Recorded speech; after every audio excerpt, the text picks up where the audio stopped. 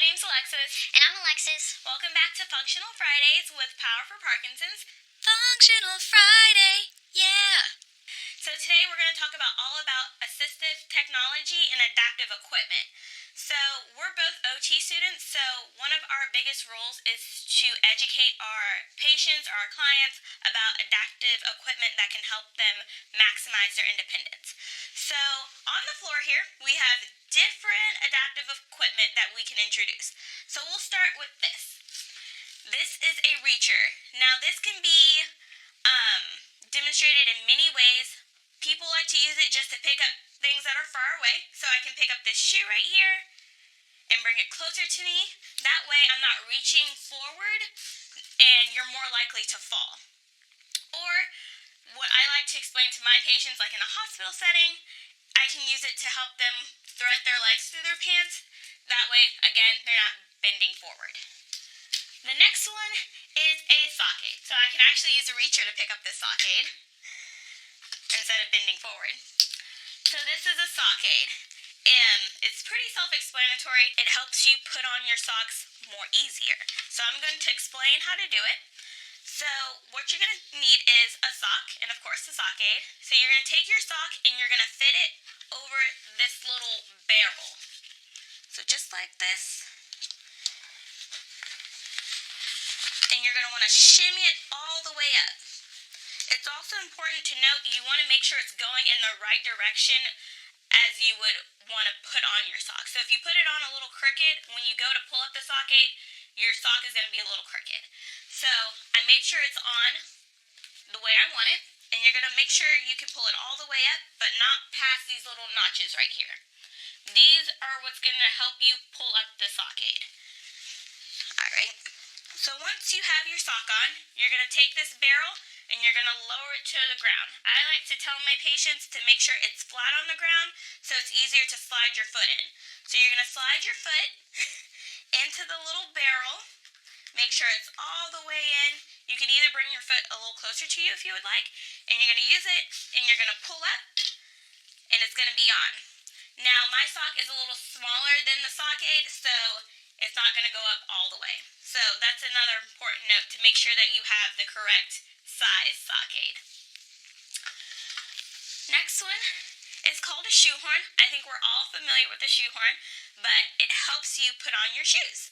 So I have my shoe here, and you want to make sure, of course, your laces are untied so it's easier for your foot to slide in.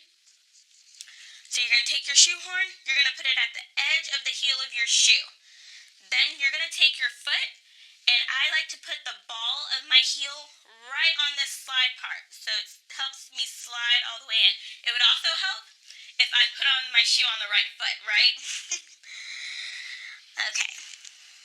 And I like to slide it in just like that. Now my foot's in, you can take out your shoehorn and tie your shoe. The next one is called a dressing stick. This is a dressing stick. So this can be used in two ways. So the way I like to use it is I like to help people get undressed from the lower body. This can also be used for upper body dressing, which Alexis will show you next. So what I like to tell people is to take the small hook right here and hook it to your pants. Just like that. And you're going to use it to pull down, right? Then you take it on the other side, hook it to the side, pull down, and it helps bring your pants all the way down. That way you're not leaning forward, which could cause you to fall, and we don't want that. Alrighty, so for upper body dressing, I got a jacket here for a demonstration. Typically, you mind holding this real quick? We're going to get the jacket halfway on, and I'm going to thread it through, make sure it's over my shoulder. Now, instead, if I didn't have the range of motion to reach back there, and I would be having a really hard time, I can use a dressing stick and kind of use it back there to kind of hook onto the sleeve or the jacket itself and bring it over my shoulder. So now that it's here in front of me, I don't have to reach behind me, I can just pull and thread my arm through. Alrighty. Then it makes getting that jacket on, you don't have to struggle reaching behind you, and it makes it real easy.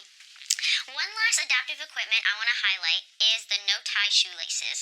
So I know Alexis talked about the shoehorn and getting our shoelaces on, but if you don't have the fine motor control to tie your shoelaces, now I hate tying my shoes, so these are really great for me. I have one example on one of my shoes right here.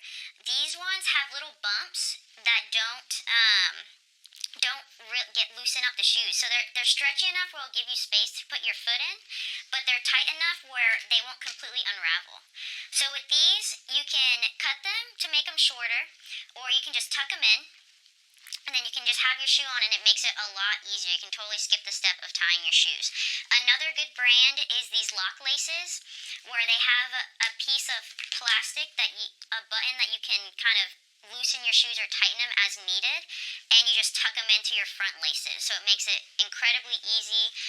You don't have to spend the time tying your shoes, and you got something that's a little bit cuter than maybe some strap laces that if you don't like that style. Alrighty, so thank you for listening to us. Tune in for part 2 as we talk about some great apps and more assistive equipment you can use. Bye.